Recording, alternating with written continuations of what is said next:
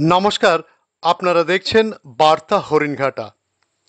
আসন্ন লোকসভা নির্বাচন উপলক্ষে হরিণঘাটার আনন্দপুরে আজ এক পথসভার আয়োজন করে তৃণমূল কংগ্রেস। উপস্থিত ছিলেন বনগাঁ তপশিলি কেন্দ্রের প্রার্থী বিশ্বজিৎ দাস। তিনি তার ভাষণ অন্তে আলোচনা প্রসঙ্গে জনগণের উদ্দেশ্যে আশার বার্তা দিয়ে বলেন, কল্যাণী হরিণঘাটা বনগাঁর মধ্যে প্রস্তাবিত রেল যোগাযোগের অগ্রগতি যাতে হয় তার জন্য আমি নিশ্চয়ই চিন্তা ভাবনা করব। আজ বিশেষ বক্তা হিসেবে উপস্থিত ছিলেন রানাঘাট দক্ষিণ জেলা সভাপতি দেবাশিস গাঙ্গুলি। উপস্থিত ছিলেন হরিণঘাটা শহর তৃণমূলের সভাপতি উত্তম সাহা, হরিণঘাটা পৌরসভার chairman Debashis Basu, vice chairman Sanjib Ram, Haringhata বিধানসভার প্রাক্তন এমএলএ নীলিমা নাগ মল্লিক সহ বিশিষ্ট নেতৃবর্গ। রিপোর্ট বার্তা হরিণঘাটা। যাকে সামনে রেখে বিগত 2 মাস আমরা লড়াই করে চলেছি, নেত্রী মমতা ব্যানার্জির আদর্শকে প্রতিষ্ঠিত করবার জন্য, জননেতা অভিষেক ব্যানার্জির লড়াইকে সুগম করবার জন্য, একেবারে গ্রাসরুট থেকে উঠে আসা মাটির মানুষ, অত্যন্ত সরল মনের মানুষ, এবং বলা বাহুল্য সম্ভবত 9টি নির্বাচনে প্রতিদ্বন্দ্বিতা করেছেন তিনি, গ্রাম পঞ্চায়েত থেকে পঞ্চায়েত সমিতি, জেলা পরিষদ হয়ে বিধানসভা পর্যন্ত। আজ পর্যন্ত যিনি কোনো নির্বাচনে পরাজয়ের সম্মুখীন হননি, প্রত্যেকটা নির্বাচনে জয়ী হয়েছেন, তিনি আমাদের সর্বভারতীয় তৃণমূল কংগ্রেসের বনগাঁ লোকসভা কেন্দ্রের প্রার্থী সম্মানীয় বিশ্বজিৎ দাস মহাশয়।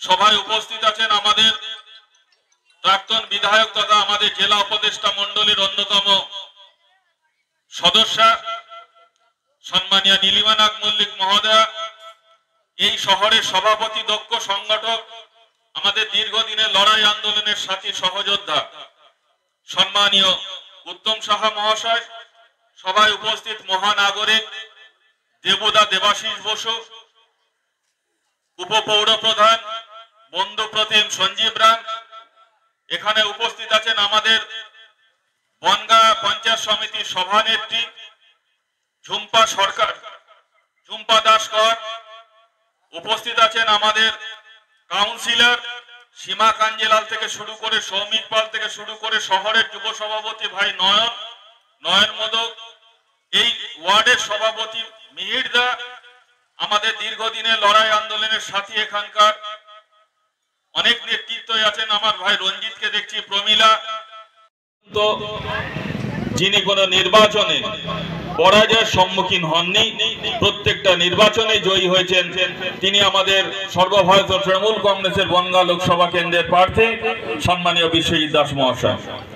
সভায় উপস্থিত আছেন আমাদের প্রাক্তন বিধায়ক তথা আমাদের জেলা উপদেষ্টা মন্ডলীর অন্যতম সদস্যা সম্মানীয় নীলিমা নাগ মল্লিক মহোদয়া, এই শহরের সভাপতি, দক্ষ সংগঠক, আমাদের দীর্ঘদিনের লড়াই আন্দোলনের সাথী সহযোদ্ধা।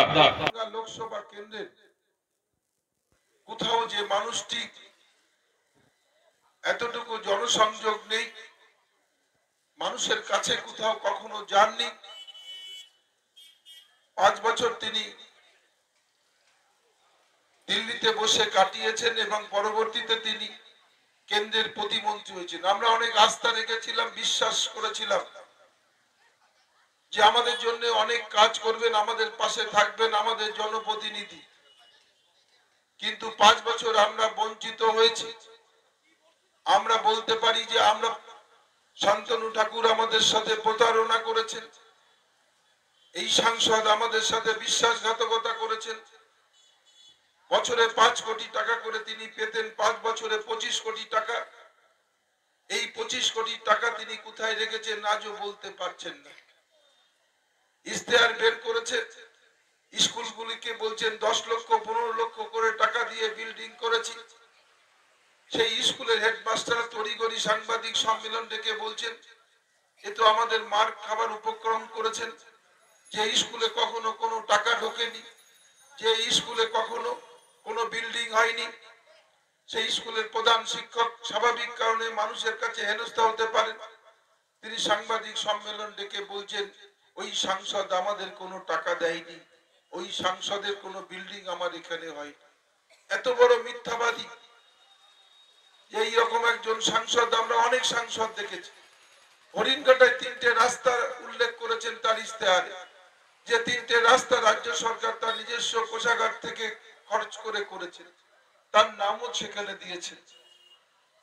এখান থেকে আমরা দেখলাম আনন্দবাজারও বেরিয়েছে, যে রাস্তা আমাদের জেলা পরিষদ থেকে করেছে, যে রাস্তা রাজ্য সরকারের টাকার মতন মহামারীর সময়ও যিনি আমাদের পাশে এসে দাঁড়ায়নি, দেখেনি, আজকে 5 বছর বাদে তিনি আমাদের পাশে এসেছেন।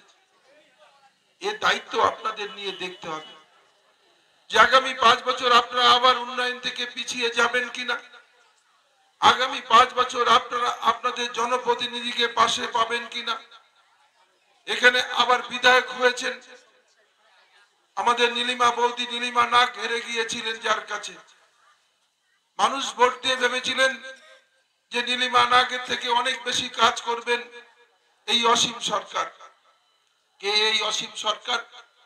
যে যিনি কখনো রাজনীতির ময়দানে ছিলেন না, মানুষের জনসেবা করেননি, হঠাৎ করে এসে ভোটে দাঁড়িয়ে মানুষ ভোট দিয়ে দিয়েছিলেন।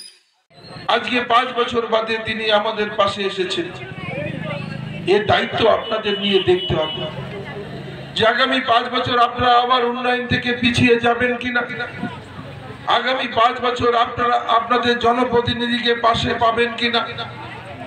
এখানে আবার বিধায়ক হয়েছেন আমাদের নীলিমা বৌদি, নীলিমা নাগ হেরে গিয়েছিলেন, যার কাছে মানুষ ভোট দিয়ে ভেবেছিলেন যে নীলিমা নাগের থেকে অনেক বেশি কাজ করবেন এই অসীম সরকার।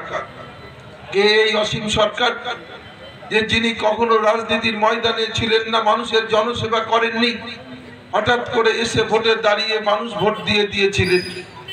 আজকে প্রায় এই 3 বছরের সময়ের মধ্য দিয়ে মানুষ উপলব্ধি করেছেন যে নীলিমা নাগ যেভাবে মানুষের পাশে ছিলেন, উন্নয়ন করেছেন, রাস্তাঘাট থেকে শুরু করে রাজ্য সরকারের উন্নয়ন এনে দীর্ঘদিন ধরে বঞ্চনার শিকার যারা ছিলেন, মমতা বন্দ্যোপাধ্যায় আসবার পর তাদেরকে উজ্জীবিত করেছেন। সেই আদিবাসী সমাজ আজকে বিশ্বচিন্তা মমতা বন্দ্যোপাধ্যায়ের তাদের প্রতিনিধি, মমতা বন্দ্যোপাধ্যায়ের প্রতিনিধি সেই আদিবাসী সমাজ, তাদের যে সমস্ত সমিতি নৃত্যর মধ্য দিয়ে তারা অভিনন্দন জানাচ্ছেন। এবং ওই বড় বিশ্বচিন্তা সহ উত্তমতা সহ যারা আছেন আমাদের, এবং 14 নম্বর ওয়ার্ডের নেতৃত্ব আমাদের ছায়া, মিহি সহ লালটু, কালু থেকে শুরু করে রঞ্জিত, কবিরা যারা আছেন, চন্দন যারা আছেন, সকলকে আমরা বলবো এই আদিবাসী সমাজের যে নৃত্যের সঙ্গে সঙ্গে আপনারাও সকলে মিলে তাদের অভিনন্দন গ্রহণ করবেন। এবং আগামী 20শে মে যে পরিবর্তনের রূপরেখা যেটা সূচিত হয়েছে, সকাল সকাল আপনারা যাবেন, ঘাসের উপর জোড়া ফুল চিহ্ন 3 নম্বর বোতাম টিপে বিশ্বজিৎ দাসকে অনেক অনেক বেশি ভোটে সমর্থন করবেন। এবং আমাদের যে কাঙ্ক্ষিত যে লক্ষ্য বিশ্বজিৎ দাসের মধ্য দিয়ে নিশ্চয়ই আমাদের এখানকার মানুষ তার উন্নয়নের কর্মযজ্ঞের মধ্যে থাকতে পারবেন, সেই আমরা আশা করতে পারি। আমরা আদিবাসী সমাজে যারা এসছেন, চারটাই মোড়ল সহ, চারটাই হেমনম সহ মোড়ল সহ যারা এসছেন, সকলকে আমরা অভিনন্দন এবং ধন্যবাদ জানাচ্ছি।